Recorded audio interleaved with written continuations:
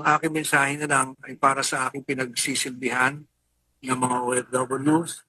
Ang tanging nararamdaman ko, namimiss ko yung mga kakulutan nyo, yung mga kwento ninyo, may kwenta o wala, tayo lagi nagkakasama. Ginawa ko lamang ang lahat ng ginawa ko dahil kaparte na kayo ng aking pamilya.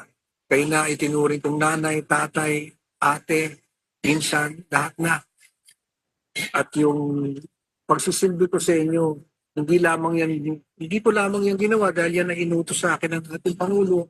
Kung hindi, kaparte na yan ng buhay ko na asikasuhin kayo.